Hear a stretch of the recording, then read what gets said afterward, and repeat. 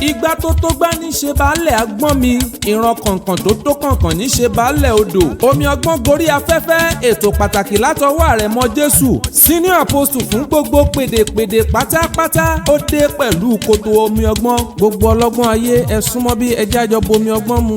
Gbogbo olóyè ayé pátá porogodo ẹ̀yìn lètò yìí ń bá wí, ẹ súnmọ́ bí ẹjẹ́ àjọ bomi ọgbọ́n mu. Gbogbo ọjọ́rú látago 9 sí 10 alẹ́ lètò yìí máa ń wáyé lórí rédíò ọmọ kóòtù 87.9 FM. Abala méjì lètò yìí pín sí.